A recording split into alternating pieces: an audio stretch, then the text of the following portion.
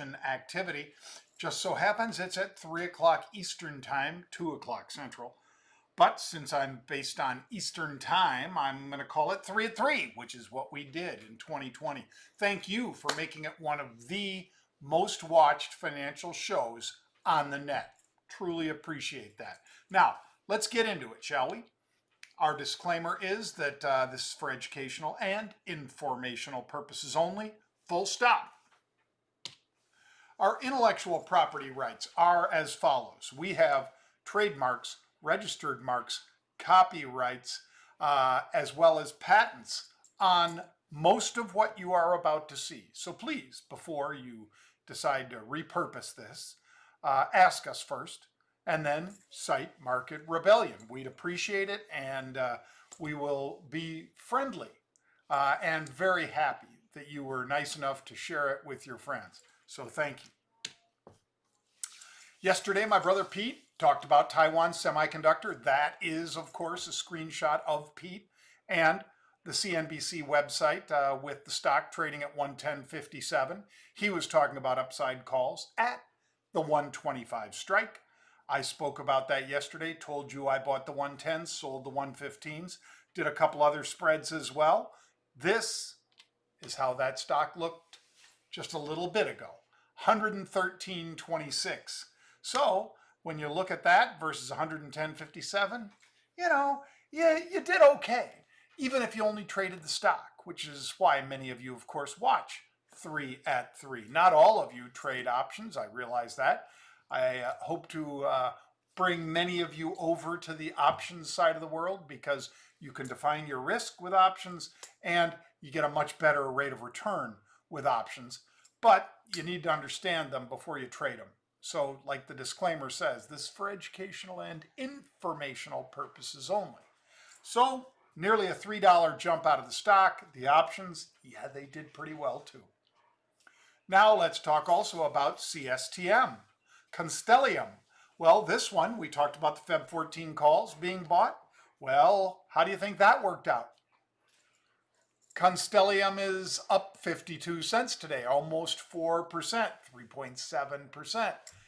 Like that, I love it when these work for both stock traders and option traders. Option traders, again, doing a little better than the stock traders, but 3.7% jump out of the stock, nothing to sneeze at. I appreciate each and every one of you and the comments. We'll get to those questions at the end of this broadcast. Tony Dwyer, okay, you have a whole day. I talked about it yesterday, talking about it again today. Tony Dwyer, the chief market strategist for Canaccord Genuity, is going to join us for our roundtable tomorrow. So Tony Dwyer joining us is not new. Tony has joined us many times in 2020. We love having Tony on board, and he has some great insights that I know you'd like to hear and see tomorrow. That is tomorrow at the close, January 6th, 4 p.m. Eastern Time. That's right as the market closes. If you want to see it for free, don't charge for these, for free, you can do that, but you have to register at marketrebellion.com to do that. So sign up at Market Rebellion now. Do it before you forget. You can even pause this if you're watching this later. Sign up at marketrebellion.com for free. Thank you. Unusual activity. All right, let's get to today's unusual activity. The first of our 3 at 3. Target. Well, I'm talking about Target today because TGT, we saw unusual option buying when the stock was 176 and change this morning. It had already run $3 by the time I got on air and was talking about it. Now, some of you have been either critical or snarky, however you want to put it, about, well, Doc, so often these stocks you talk about are higher after you've, brought them up to your subscribers and then to CNBC. Bingo, on the nose. That's why you should be a subscriber, folks. That's why you should subscribe to Market Rebellion /UOA.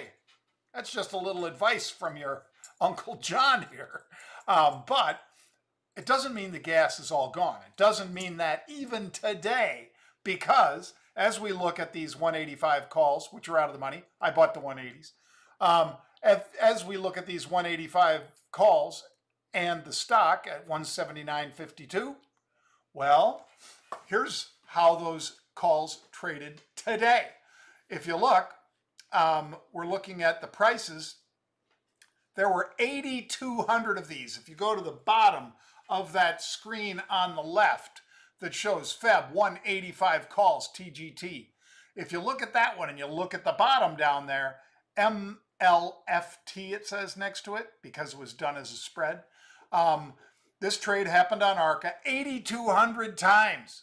So in other words, somebody put up a trade 8,000 times at $4. That's $3.2 million worth of options, folks. Don't you want to follow that kind of activity? I know I do. Well, look at where it was when that trade went up. 177.87. You already saw where it is now, or where it was about an hour and a half ago, 179.52. So in other words, you would have made at least $1.60 just by being in the stock. There you see the option activity, which is no longer just dominated by that one trade. It is now up over 13,000 contracts. Look at the top line that I highlighted for you there on the right. The 5th of January, TGT, February 21, 185 calls, 13,083. Yeah, they're interested. They like it. And they're still buying them. So it wasn't just one trade, one and done. No, they were buying, and they're still buying. How do I know? Whoops. How do I know? That's how I know. It's up another $2 from when I was on the halftime report. And since 177.87 we showed you earlier, it's up $4 since then. So there is 179.52. Here it is, 181.68. So you miss a little, you miss a lot. That's why you want to follow unusual option activity, or UOA as we call it.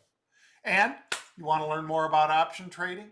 Well, I'd encourage you to do just that. Come on over to marketrebellion.com/get started.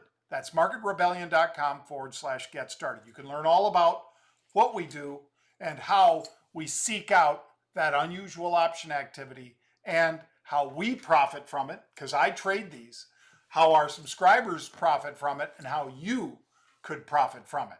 You need to check it out. Option, stock, futures, cryptocurrencies, all of it at Market Rebellion. Just go on over, check out marketrebellion.com/get started. All right, let's do Teva.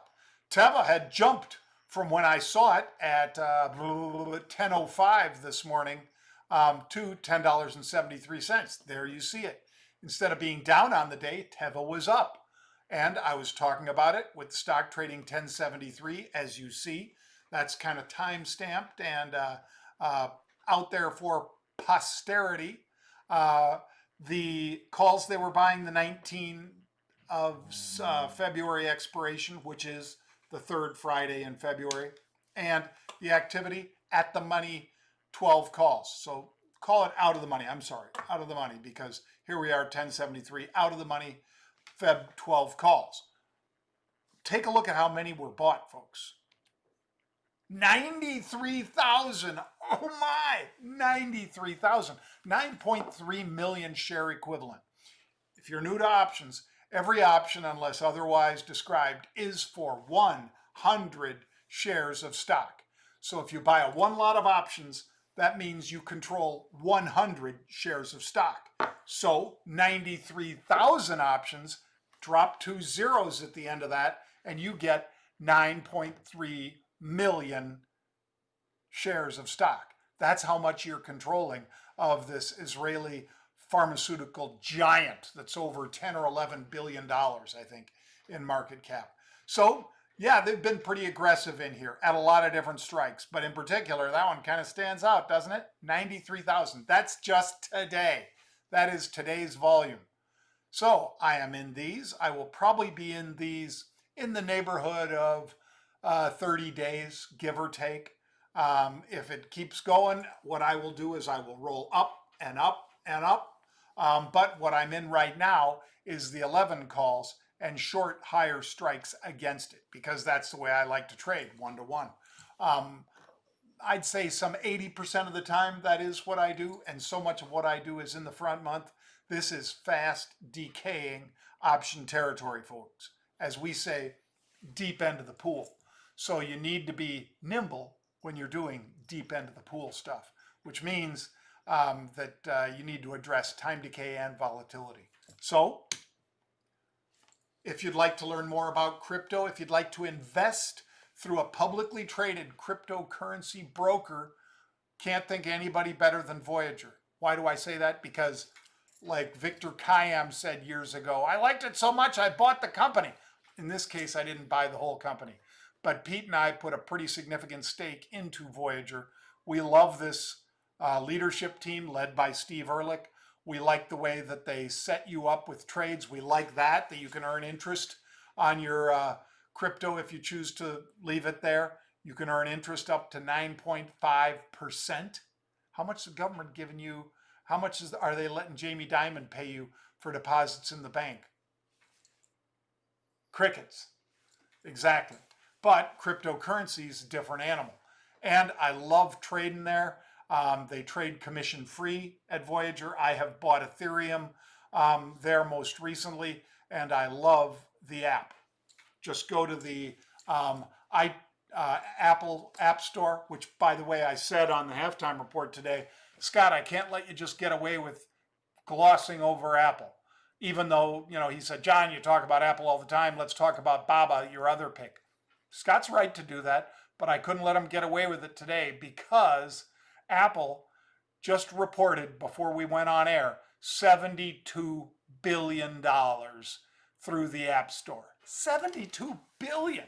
I mean, come on, folks. If they're making that kind of dough over at the App Store, like I said on the show, there aren't a lot of stocks in the S&P 500 that do $72 billion in sales, let alone in just one little part of their business.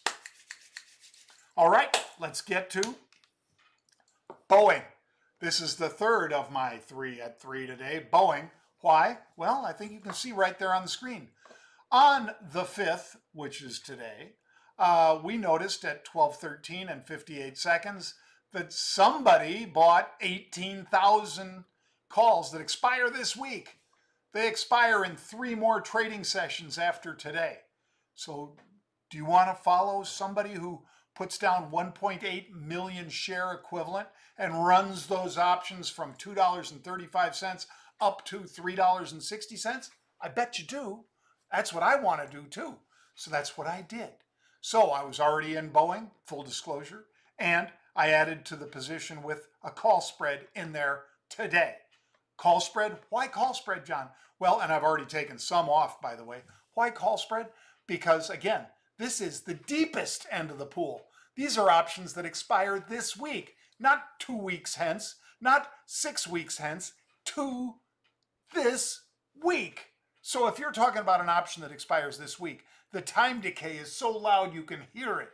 That's why I did a spread in this one. And you know what? There it was when we saw it, $210. Here it is pushing to $213. How's that? So if you're somebody like me who jumped on this, I have already taken profits on 50% of what I did, folks, because that's how I roll. I am disciplined about taking money off the table when I'm right, not always right. When I'm wrong, and I will address that, I cut the loss at a 50% drawdown. So again, just for those of you who are new, if I paid $1.80 for a call in Boeing and it started to go against me, Boeing stock started to roll over, the options fading, now it's trading down to $1, I'm out.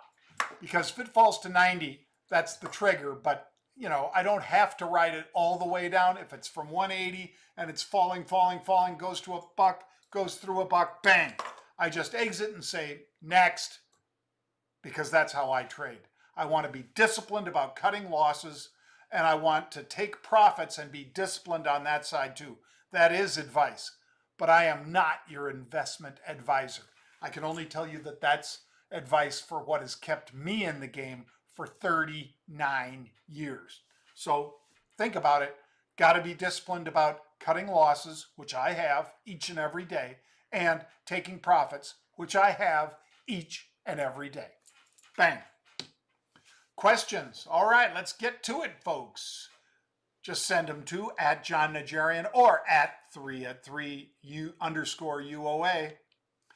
Ratings changes. All right, Khalid Nato, millionaire investor, and his handle is Chairman Natto, Natto. All right, he says, Dr. J, 3@3, can you please explain the mechanics of a ratings change or raise in price target? Does the firm buy puts or calls based on raising the price target? Khalid, it's a good question. In some probably 90+% of cases, the people who are making targets move up or down are not trading themselves. They usually disclose that to both their customers at whatever brokerage or investment bank they happen to be at. So for instance, if it was Goldman Sachs, I virtually guarantee the person would say, I don't have a position in here. I haven't sought investment banking from this company and blah, blah, blah, blah, blah. In other words, they want you to know that they're not biased. So they are rarely going to be the people that buy calls or puts based on this. However, you can bet that a lot of their best customers get that nod when they're upgrading a stock, and those customers get in first. Now, is there anything untoward about that? Of course not. That information, that intellectual property of the sort that I talked about at the top of this broadcast is the intellectual property of Barclays, of JP Morgan, of Goldman Sachs, of Morgan Stanley. You get the idea. So they pay somebody to do these deep dives, this analysis of stocks, and then they come out with a recommendation. In many cases, it's an upgrade. In some cases, it's a downgrade.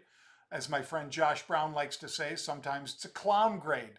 But you got to watch them, and they rarely trade themselves. But I guarantee their biggest customers are trading ahead of you and I on these trades. I virtually guarantee it. That's probably what we're piggybacking on those trades for, because they have tipped us off by their actions, not by a phone call. All right, let's talk about AG Macro Hedge, which is AG76_biotech. He says, Jon Najarian and Ledger Trades. John, do you see the SPX testing 3600 in the event of a blue wave in Georgia? First of all, AG can't be a blue wave. As earlier described, a blue wave would have been if they were able to take seats in the House. Instead, they lost seats in the House. If they were able to take Senate seats, they were not able to do that either. So if they equalize the Senate, which if you want to refer to that as a blue wave, if both senators running against Loeffler and Perdue, the sitting Republican senators, if both Democrats were to win, the market would not like it. Could we test to the downside? Yes. Even though for the short term, the market would like the idea that we would trade up on stimulus, which is sugar high.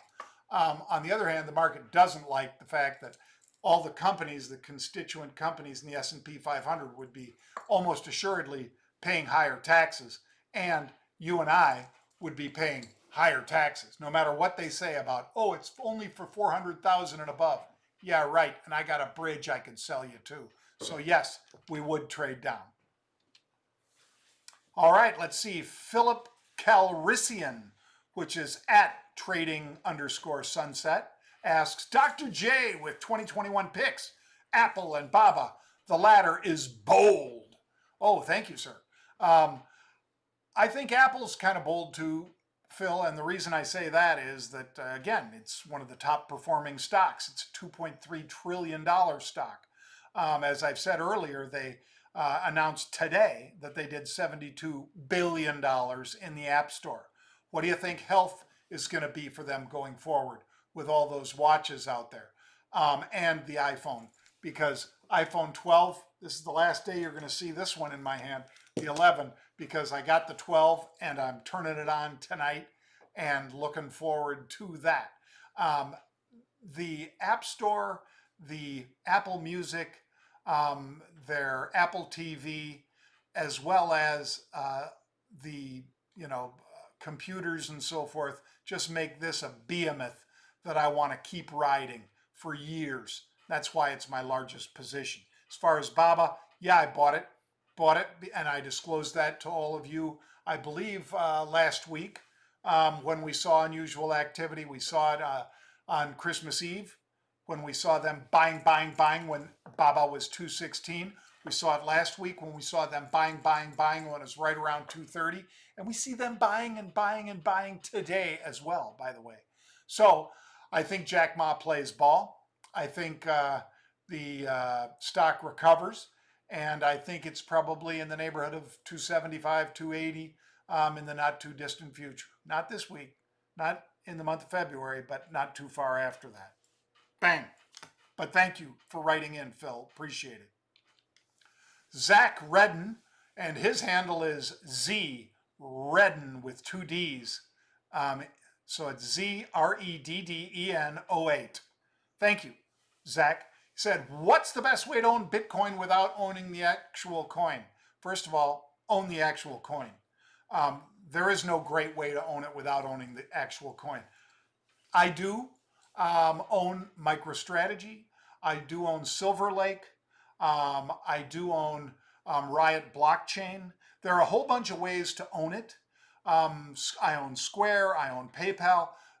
These are like, I don't want to use that analogy, Zach, like the picks and shovels necessarily.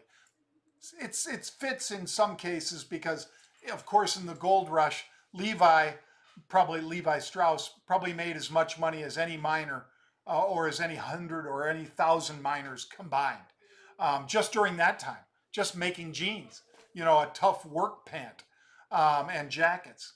And then, of course, the picks and shovels guys, the 49ers, as in 1849, not just the San Francisco 49ers. So there's always something to be said about buying picks and shovels. I think the ones that I just described, those stocks, yeah, they have exposure to Bitcoin, but none of them moved 100% like Bitcoin did from basically after Thanksgiving when I was loading the boat again because it fell into the 16,000-ish range, which I had said to our subscribers that's where we thought it would go. It had just traded 20, and I said I think it trades 16 before it goes to 30. It did. We were able to, and I was lightening up on stocks, buying Bitcoin, and then it went over 34,000, 33,000 maybe. I think it went over 34,000. So anyway, that's double, folks. To take it from 17,000 to 34,000, that's 100%. I don't know of any of those stocks that I described, Silver Lake, MicroStrategy, Square, PayPal, Riot Blockchain, all of those. I'm not saying any of those did that same performance. So if you want the real deal, you got to get Bitcoin. You can get it with commission-free trading at Voyager, which I've already full disclosed to you that I own part of, and so does my brother Pete. But I think you can invest in those stocks. We are creating a fund to do just that. We also have a fund in the works for the top 10 cryptos that we want to trade and do some investment protection, as in hedging with listed and over-the-counter puts and calls. We will be launching that fund in the first quarter of this year. So that would be an alternative, but I would not buy the Bitcoin ETFs because I think they're silly in the pricing of those things right now. Teva. Hey, Jon Najarian. This was John Day Trader, which is as easy as it could be. John Day Trader. Jon Najarian just mentioned Teva call options halftime report. Yeah, I did, baby. Bang.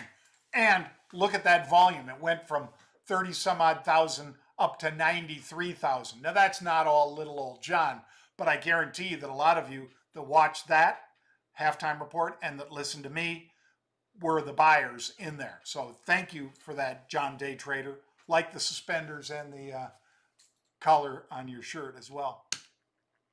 And there is me, yep, as it turned from a down position during the day to a positive 40 cents or nearly 4%. Bang! If you'd like to learn more about everything that we do over at Market Rebellion, just go to marketrebellion.com. If you'd like to learn specifically about unusual option activity, by all means, go to marketrebellion.com/UOA. That's marketrebellion.com/UOA. Why? Because unusual option activity, UOA. And we have multiple trades per day. These days, it's up close to 30 trades a day. We also have a service that's only one trade a day. We have a service that's one trade a week. We have my brother Pete's cash flow portfolio. We've got a bunch of different ways for you to trade depending what suits you and your experience level in trading options. So thank you for joining me today. I hope you have a great day. I'm going to say goodbye now and wish you a wonderful evening. I'll be back on the halftime report tomorrow at noon Eastern time. And of course, I'll be giving you the market update early in the morning as I do my workout. Bang!